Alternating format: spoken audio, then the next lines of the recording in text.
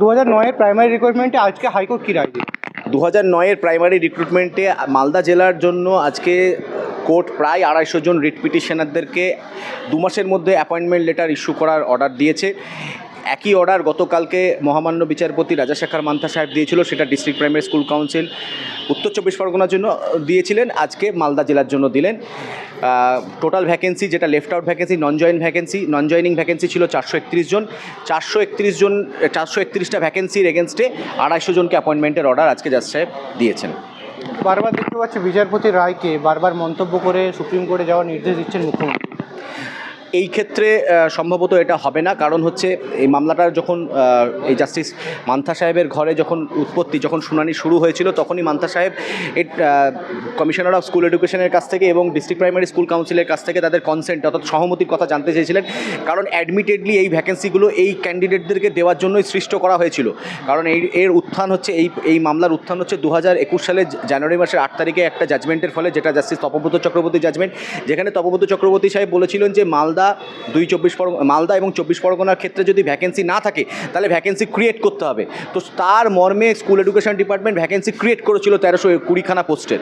সেই ক্রিয়েট হওয়া ভ্যাকেন্সিতে অনেক ফাঁকা পোস্ট আছে, সুতরাং এটা এর জন্যই। তো এর জন্য ভ্যাকেন্সি যেটা তাদের ভ্যাকেন্সি থেকে তাদেরকে অ্যাপয়েন্টমেন্ট দাও, এইটাই হচ্ছে কোর্টের নির্দেশ। এক্ষেত্রে যেহেতু ডিস্ট্রিক্ট প্রাইমারি স্কুল কাউন্সিলও বলেছে যে আমরা অ্যাপয়েন্টমেন্ট দিয়ে দেবো, সুতরাং আমার ধারণা যে এটা এইখানেই পরিসমাপ্তি ঘটলো এবং সাফল্যের সঙ্গে পরিসমাপ্তি ঘটলো। শিক্ষক নিয়োগ দুর্নীতিতে একাধিকবার দেখেছি চুরি, এই চুরির মাথা কোথায়? শিক্ষক নিয়োগ দুর্নীতিতে একাধিকবার যে চুরি, সেই চুরির মাথা নিয়ে তো সিবিআই ইনভেস্টিগেশন করছে, আপনারা জানেন সেটা। টাইম টু টাইম সিবিআই সে সম্পর্কিত রিপোর্টও হাইকোর্টে জমা করেছে। অনেক নাম উঠে এসছে, সব নাম হয়তো আমরা এখন এই মুহূর্তে বলতেও পারছি না, কিছু কনফিডেন্সিয়াল রিপোর্ট আছে। এই সংক্রান্ত মামলা আগামী দিনগুলোতেও আছে, আগামী সপ্তাহতেও তো আছে। এসএসসির মামলায় আপনারা দেখলেন যে হাইকোর্ট তার ফাইন্ডিংস কীভাবে দিল, যে কিছু দুর্নীতির ফলে হয়তো ব্রডার রেসপেক্টে অনেকজনের চাকরি গেল, কিন্তু দুর্নীতি যদি আপনাকে সম্পূর্ণভাবে রুখতে হয় তাহলে সেটা ছাড়া হাইকোর্টের কাছে কোনো উপায় ছিল না, সেটা কোর্ট তার অর্ডারে বারে বুঝিয়ে দিয়েছে। তো মাথা কোথায় তার জবাব তো যে ইনভেস্টিগেটিং এজেন্সি সেই দিতে পারবে। তো সেই রিপোর্ট জমা পড়েছে, সেটা হয়তো আগামী সপ্তাহে জানা যাবে। শেষ প্রশ্ন, আপনি বললেন যে আমরা এই মুহূর্তে বলতে পারছি না, কিন্তু তৃণমূল দলের মধ্যে কুণাল ঘোষ বলছে, তৃণমূল কংগ্রেসের মুখপাত্র কুণাল ঘোষ বলছেন যে শিক্ষক নিয়োগ দুর্নীতিতে যারা যুক্ত তাদেরকে অবিলম্বে শাস্তি দিতে হবে, পার্থ চট্টোপাধ্যায় সমেত পুরো কোম্পানি।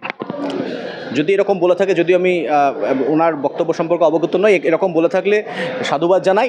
তবে দুর্নীতি শুধুমাত্র পার্থ চট্টোপাধ্যায় এবং তার আশেপাশের লোকেদের মধ্যেই সীমাবদ্ধ ছিল এরকমটা আমার মনে হয় না। এর শিকড় অনেক দূর পর্যন্ত গেছে। মানে পার্থ চট্টোপাধ্যায়ের কাছ থেকে উদ্ধার হওয়ার টাকাটাই শুধুমাত্র দুর্নীতিতে ইনভলভ হওয়া টাকা মনে হয় না, এর অ্যামাউন্ট অনেক বেশি হওয়া উচিত। কারণ সংখ্যা যেরকম বেরিয়ে আসছে, এখানে এসএসসিতে প্রায় 5,500-এর বেশি, প্রাইমারি ক্ষেত্রে হয়েছে অ্যাডমিটেড পজিশন, এফিডেভিটে দিয়েছে সিবিআই, সেটাও মান্থা সাহেবের ঘরে আছে আগামীতে মামলা। তো অনেক বেশি সংখ্যক আরও লোক দুর্নীতিতে জড়িত, শুধুমাত্র না, এরা হচ্ছে কেষ্ট বিষ্টু, তার নিচে অনেক এজেন্ট আছে, সাব এজেন্ট আছে, যারা লোকাল রুরাল এলাকাগুলো থেকে কালেক্ট করেছে। কিছু ক্ষেত্রে আমরা এরকম দেখেছি যে ধরুন কেউ নিজের দুর্নীতিতে ইনভলভ হয়ে চাকরির জন্য কাউকে টাকা দিয়েছে, সে আবার 5 জনকে ধরে নিয়ে এসে তাদের টাকা তুলে সেখান থেকে কিছু টাকা রেখে বাকি টাকা আবার উপরে পাঠিয়েছে, এরকম করে হয়েছে।